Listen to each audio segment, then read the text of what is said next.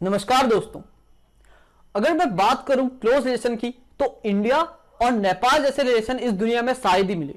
तो आखिर क्या हुआ कि धीरे धीरे इनके बीच तनाव बढ़ता गया।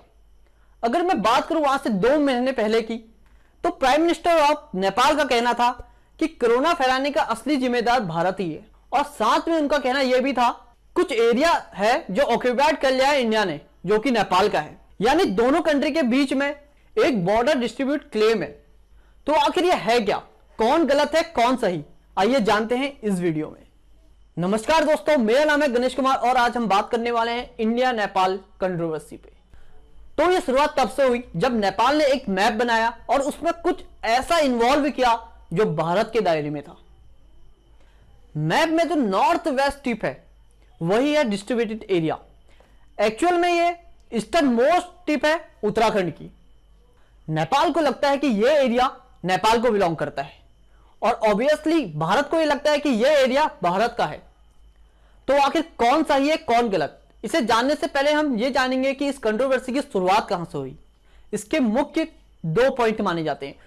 1 नवंबर 2019, जिसमें भारत सरकार ने एक न्यू मैप बनाया और उसमें काला पानी का रीजन अपने एरिया में दिखाया, जिससे कि नेपाल गवर्नमेंट काफी ज्यादा नाखुश रही। सेकंड, 8 मई 2020, जिसमें रेफरेंस मिनिस्टर ने एक रोड इनोग्रेट की जो कि 80 किलोमीटर की थी। ये जो रोड थी, ये जो नेपाल इंडिया के बॉर्डर के साथ साथ जाती है और लिपू लेक तक पहुंचाती है। रोड का पर्पस कैलाश मानसरोवर में जाने वाले यात्रियों को मदद मिलेगी, क्योंकि जो ये डिस्ट्रीब्यूटेड एरिया है इसके ऊपर है कैलाश पर्वत। इस रोड के बनने से पहले यात्रियों को सिक्किम से घूमकर जाना होता था, जिसके बाद उन्हें 5 दिन का ट्रैक भी पार करना होता था। परंतु अगर ये ट्रैक बनने के बाद गाड़ी के द्वारा चाइना बॉर्डर तक पहुंचा दिया जाएगा और उसके बाद सिर्फ 2 डेज का ही ट्रैक रहेगा। इनोग्रेट के बाद नेपाल गवर्नमेंट का कहना था कि इंडिया को एक बार इसे नेपाल गवर्नमेंट के साथ भी डिस्कस करना था। इसी के रेफरेंस में मिनिस्ट्री ऑफ एक्सटर्नल अफेयर्स का कहना था कि यह एरिया पूरे रूप से भारत का है, तो इसमें डिस्कशन का कोई मतलब नहीं बनता। इसको लेकर नेपाल में प्रोटेस्ट होने लगी। इंडियन आर्मी चीफ का कहना था कि इसके पीछे चाइना का हाथ है। उसी के बाद नेपाल ने यह मैप निकाला जिसमें उसने भारत का कुछ भाग अपने साथ दिखाया हुआ है। उसके बाद नेपाल ने यह मैप निकाला और एक कंट्रोवर्सी शुरू हुई।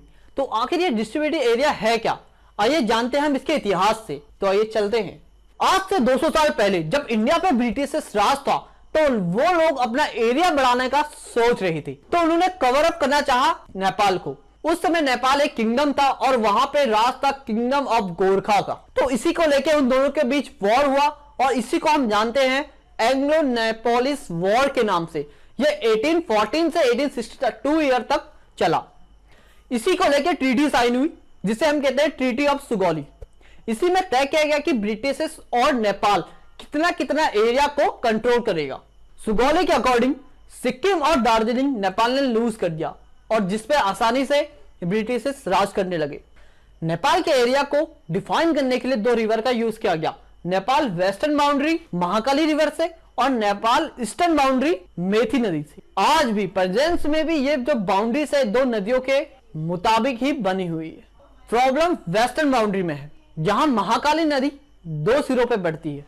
जहां पे नदी 2 पार्ट में बढ़ती है, वेस्ट वाली ओर एक प्रॉपर रिवर है और ईस्ट साइड थोड़ा छोटी रिवर है। तो उस समय वेस्ट रिवर को बाउंड्री मान लिया गया, यानी कि जिसके लिए अभी लड़ाई है वो नेपाल के पास चला गया। ब्रिटिशर्स को जब रियलाइज हुआ जो ये एरिया है काफी हेल्पफुल है और जो कि उनके हेल्प करेगा चाइना के साथ ट्रेड करने में, तो 1860 में यानी कि 30 से 40 वर्ष के अंदर ये एरिया उन्होंने दोबारा ऑक्यूपाइड कर लिया। ठीक है, उसके बाद वेस्टर्न की जगह ईस्टर्न रिवर को मार्क कर दिया गया। तब से 1860 से लेकर 1947 तक यही चलता आया और ये आजाद भारत के पास भी एरिया आ गया। उसके बाद जब 1960 में वॉर स्टार्ट होने वाले थे इंडिया और चाइना के बीच, तो उस समय भी मोनार्की से परमिशन लेकर वहां पे इंडियन आर्मी को तैनात कर दिया गया था और तभी से वहां पे अभी तक इंडियन आर्मी तैनात रहती है। 1990 से जब यहां पे डेमोक्रेसी आई तभी से इसको डिस्ट्रीब्यूटेड एरिया कहा जाता है। जब 2000 में नेपाल और इंडिया प्राइम मिनिस्टर के बीच बात हुई इसी टॉपिक को लेकर, तो उस समय इंडियन गवर्नमेंट ने साफ इनकार कर दिया कि वो वहां से अपनी इंडियन आर्मी को नहीं हटाएंगे, और इस बात को वही दबा दिया गया। मई 2015 में जब इंडिया और चाइना के बीच लिपू लेक को लेकर यह बात हुई कि ये लिपू लेक एक ट्रेड के रूप में, ट्रेड के वे के रूप में इसे यूज किया जाएगा, तो वहां पे नेपाल प्राइम मिनिस्टर ने नाराजगी जताते हुए ये कहा कि ये जो एरिया है ये नेपाल के पक्ष में आता है। तो आखिर क्या था, तो आखिर डिस्ट्रीब्यूटेड एरिया आता किसकी तरफ है? अगर मैं दोनों की तरफ से पॉइंट दूं तो जो सुगौली ट्रेडी थी उसके बाद कोई भी लिखत पढ़ के कोई बात नहीं हुई, और उसमें सीधे सीधे बताया गया है कि जो बाउंड्री है वो वेस्टर्न रिवर है, ठीक है, यानी कि अभी का जो एरिया है वो नेपाल के कब्जे में है, ठीक है। अगर मैं उसी को लेकर इंडियन गवर्नमेंट को वहां पे एक जो रूल आता है या वहां पे उनका जो तथ्य है वो ये मानना है कि आज से मतलब 200 साल बाद आप ये अचानक ऐसी बातें कर रहे हैं, इससे पहले आज तक नहीं की, ठीक है। अगर उससे पहले जब यहाँ पे मोनार्की थी उनसे भी परमिशन ले ली गई थी, उन्हें कोई तकलीफ नहीं थी, तो अचानक आपको क्यों तकलीफ हुई?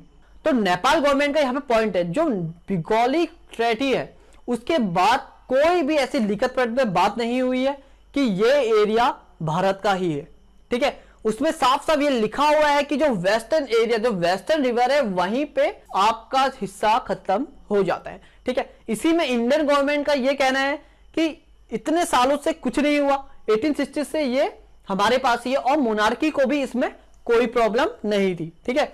उसके बाद से अगर मैं बात करूं सेकंड पॉइंट का, तो 1960 से ही वहां पे डेमोक्रेसी आई। नेपाल का कहना है कि 1990 के बाद वहां पे डेमोक्रेसी आई, ठीक है। उससे पहले वहां पे जो करता था मोनार्की करता था, और जनता का जो राय थी उसके बिना करता था, ठीक है। तो इस पे इंडियन गवर्नमेंट का कहना है, तो अचानक ऐसा क्या हुआ? इंडियन गवर्नमेंट का जो पॉइंट है वो है कि अचानक ऐसा क्या हुआ कि आप लोगों को नया पॉलिटिकल मैप बनाने की जरूरत पड़ी, ठीक है।